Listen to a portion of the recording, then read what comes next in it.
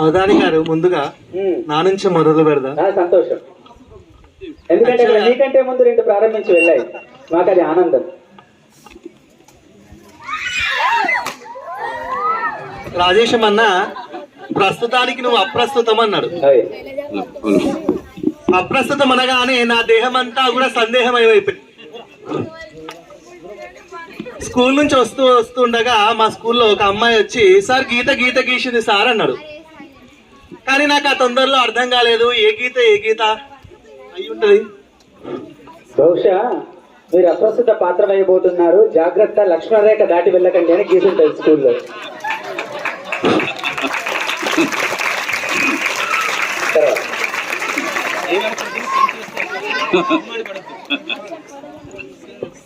అదే మరి అది అందుకే అంటుంది గీత అనే అమ్మాయి గీత గీసి ఉంటుంది. సభా సరస్వతికి ప్రేక్షకుల నుంచి కూడా ఒక 3-4 అప్రస్తుత చేయొచ్చు, కానీ మన స్కూల్ విద్యార్థుల పరిధిలోనే మాత్రం అడగండి.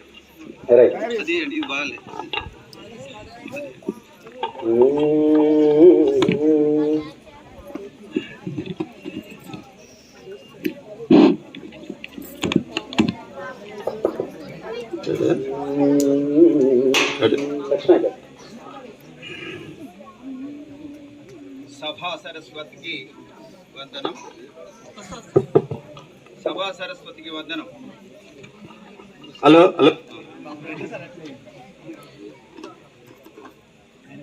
అవధాన వర్యులు సరస్వతికి వందనం.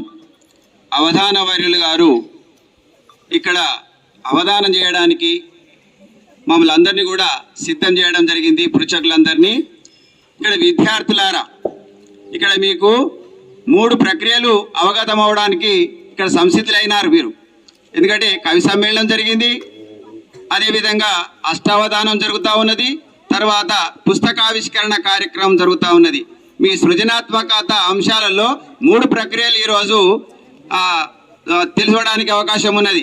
అలాంటి 3 ప్రక్రియలు కూడా అవధాని గారు మీ పాఠ్య పుస్తక రచయితలలో 6వ తరగతి నుంచి 10వ తరగతి వరకు తెలుగు పాఠ్య పుస్తకాలలో ఇతని పేరు ఉంటుంది. అవధాని గారి పేరు, ఔసల భానుప్రకాష్ గారి పేరు అని ఉంటుంది 1వ తరగతి నుంచి 10వ తరగతి దాకా.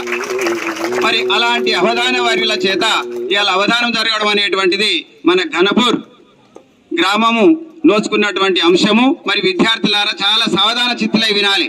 ఇక్కడ విద్యార్థులు మీకోసమే ఇక్కడ అవధానం జరుగుతూ ఉన్నది. ఇక్కడ నేను మొట్టమొదటిగా చెప్పేటువంటిది సారు ఏమి నాకు సూచించిందంటే అన్ని కూడా సామాజిక అంశాలై ఉండాలి, ఎవరిని కూడా ఉద్దేశించినట్లుగా ఎవరిని కూడా విమర్శించినట్లుగా ఉండొద్దు అనేటువంటి మాట ప్రస్తావించడం జరిగింది. కాబట్టి నేను విద్యార్థుల గురించే ఇక్కడ చెప్పడానికి సిద్ధంగా ఉన్నా. విద్యార్థులారా వినండి, ఎక్కడ నేను అడిగేటువంటి అంశం ఏంటిది, ఫస్ట్ ఒక పద్యం చదివి చెప్తా. యువ అవధానిగా వెలుగుచు, యువ అవధానిగా వెలుగుచు, నవతరముకు 10 మంది నడకలు నేర్పల్. అవుసుల భాను ప్రకాశుడు, అవుసుల భాను ప్రకాశుడు, ప్రవిమలముగా వచ్చినాడు ప్రాజ్ఞులు మెచ్చన్. విద్యార్థులు అనేటువంటి వాళ్ళు నిత్యము కూడా విద్యతోటి ఇక్కడ సాధన చేసేటువంటి వాళ్ళు కాబట్టి విద్యార్థుల అభివృద్ధిని కాంక్షించే మన యొక్క ఈ అంశం అనేటువంటిది జరగాలి. విద్యార్థుల అభివృద్ధిని కాంక్షించి ఇక్కడ పద్యం అనేటువంటిది జరగాలనేటువంటి తపన కలుగుతా ఉన్నది. అవధాన వర్యులు గారు మరి మీరు సంధించండి, నేను నిషిద్ధం చేస్తా. విద్యార్థుల అభివృద్ధిపై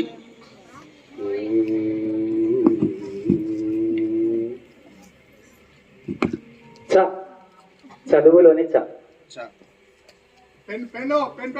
విద్యార్థుల అభివృద్ధి పైన వారు కంద పద్యాన్ని రాయమని అడిగారు. ఇందాక చెప్పారు కదా, పరిగెత్తమన్నారు. ఇప్పుడు చ అని అవధాని గారు మొదలు పెట్టారు. మరి ఏమవుతుంటారో విందాం. దకారం నిషేధం. నేను చదువు అంటా అనుకుని మరి దాని చదువు అంటారేమో అని దా వద్దన్నారు. ద్విత్వ లకారం, ద్విత్వ లకారం చల్ల, చల్లలోని చల్ల ల. నకారం నిషేధం.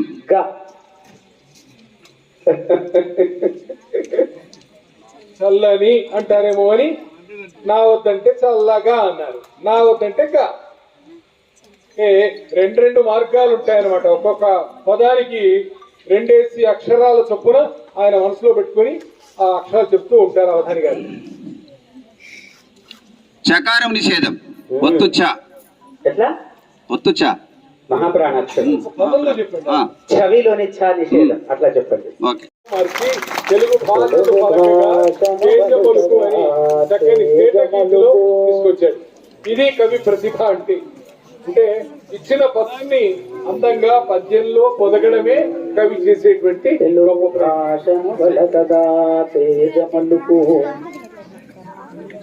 ఇప్పుడు ఒక అందమైన చిత్రాన్ని చూపిస్తుంది చిన్నారి నిత్యలహరి.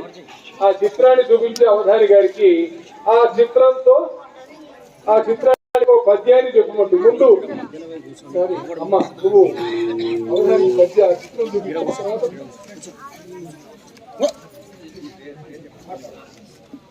అవధాని గారికి నమస్కారం. అవధాని గారికి నమస్కారం. నా పేరు బి నిత్యలహరి. నేను 9వ తరగతి చదువుతున్నాను. అష్టావధానంలో నా అంశం చిత్రముఖ పద్యం.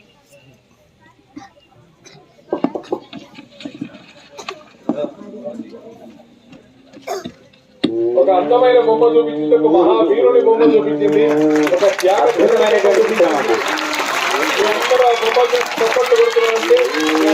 చాలా ఇష్టమైన నచ్చినటువంటి మన హైందవ ధర్మ వీరుని బొమ్మ అది కదా, అంతే కదా.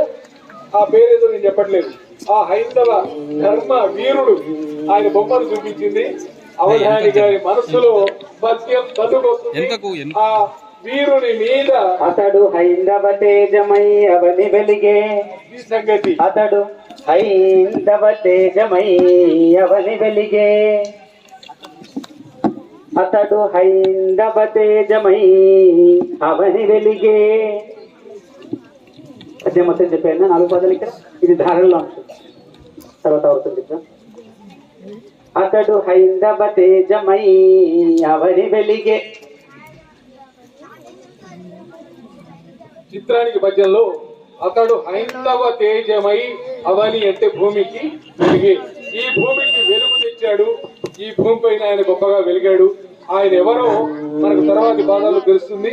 ఆ బొమ్మ మీరంతా చూసారు కనుక మీకు తెలుసు కనుక మీరు గమనించండి. అవధాని గారు,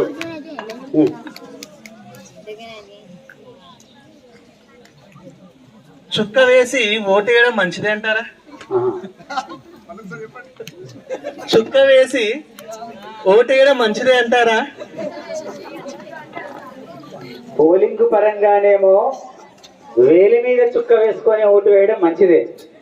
పోలింగ్ కేంద్రం బయట చుక్క వేయడం ప్రమాదకరం.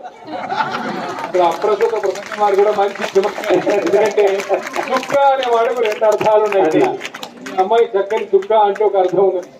చేతి మీద పోలింగ్ బూత్ లో వేసే చుక్క, ఆ చుక్క వేరే. అలాగే అక్కడ పోలింగ్ స్టేషన్ లో వేసే చుక్క వేసుకోవడం మంచిది. పోలింగ్ కేంద్రం వెలుపల చుక్క మాత్రం ప్రమాదకరం.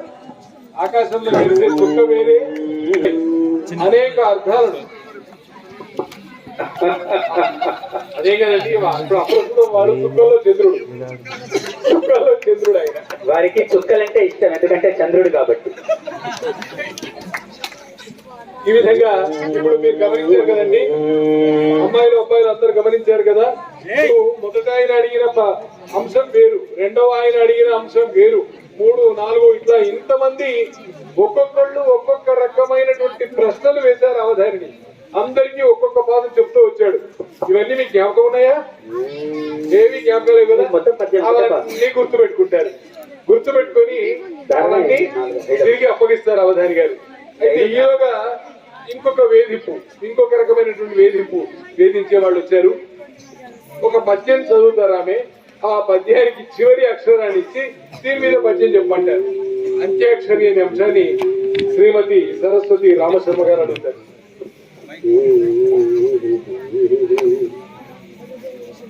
సభా సరస్వతికి నమస్సులు. అవధాని గారికి మరియు సంచాలకులైనటువంటి దత్తాత్రేయ శర్మ గారికి, సభాధ్యక్షులైన ప్రధానోపాధ్యాయులు గారికి, ఇచ్చేసినటువంటి పెద్దలు, తోటి ప్రేక్షకులందరికీ నమస్తులు. విద్యార్థులకి శుభాశిస్సులు. కొందరు రాసుకుంటున్నారు, చాలా సంతోషం అనిపిస్తుంది. మొట్టమొదటిసారి రెండోసారిది విద్యార్థుల మధ్యలో అవధానం చూడడం. ముందుగా అమ్మవారి దర్శనం. మాధుర్యమున కచ్చపి స్వరములే మాంద్యము నిర్జించగా, మాధుర్యమున కచ్చపి స్వరములే మాంద్యము నిర్జించగా, స్వాధిష్టానపు చక్రమందు కొలువై స్వాంతమ్మునంచూపుచున్, మేధాపూర్ణ సుధా సరోరుహ చలన్మీనాభనేత్రోజ్వలా, మేధాపూర్ణ సుధా సరోరుహ చలన్మీనాభనేత్రోజ్వలా, శ్రీధీశక్తి విశారదా వరములన్ చిల్కించవే శారదా. మనకి వాగ్భూషణం అంటారు, మాటే గొప్పది. అలాంటి మాట గొప్పతనాన్ని తెలుపుతూ స్వీయ పద్యాన్ని చదువుతున్నాను. దీన్ని అనుసరించి చివరి అక్షరంతో పద్యాన్ని అందించాలి. కోటి ప్రపంచాన ఘాటైన మాట పరిపాటై చెరించును గదా, కోటి ప్రపంచాన ఘాటైన మాట పరిపాటై చెరించును గదా, వాటమ్ముగాను మొగ మాటంబులేక పురపాటున్ చెడంగ రసనిన్, ధాటిన్ కఠోర సమతూటాగ నిల్చి సరివేటాడు సజ్జనురుదిన్, ధాటిన్ కఠోర సమతూటాగ పేల్చి సరివేటాడు సజ్జనురుదిన్, కోటి ప్రకాశముగా కోటి ప్రకాశమ. తప్పు ఎప్పుడైనా కరెక్ట్ అవుతుంది అంటారా? తప్పు కరెక్ట్ అవుతుందా? కొన్ని సందర్భాల్లో తప్పు కూడా కరెక్ట్ అవుతుంది. చెప్పండి. ఉదాహరణ ఇవాళ మేము అక్కడ మెదక్ దగ్గర చేయకుంటే మలగాలి, కానీ మలగలేదు. నేరుగా రామాయంపేట రోడ్ వచ్చాం. మాకు ఎక్కడ దృష్టి కలిసి వచ్చాయంటే ఆద్య హోటల్ దొరికింది. అద్భుతమైనటువంటి అమృతతుల్యమైన భోజనం చేసి వచ్చాం. కాబట్టి మేము చేసిన తప్పు మాకు అది కరెక్టే అయింది. అయ్యా మేము అదృష్టవంతులం అన్నమాట. అప్పుడు తప్పయ్యేది. ఒకవేళ కరెక్ట్ అనుకొని చేయకుంటే రోడ్డు మళ్ళీ ఉంటే ఇక్కడ అక్షయ పాత్ర భోజనం తినాల్సి వచ్చేది, కానీ అక్కడ ఆద్య గ్రాండ్ హోటల్ భోజనం తినచ్చు. చల్లని చల్లగా సాయాల్ చేతున్, అంతేగా మొదటి పాదం చల్లగా సాయాల్ చేతున్. ఎవరికైనా జ్ఞాపకం ఉందా? మెల్లని మెల్లగా వస్తుంది, మెల్లగా వస్తుంది, మెల్లని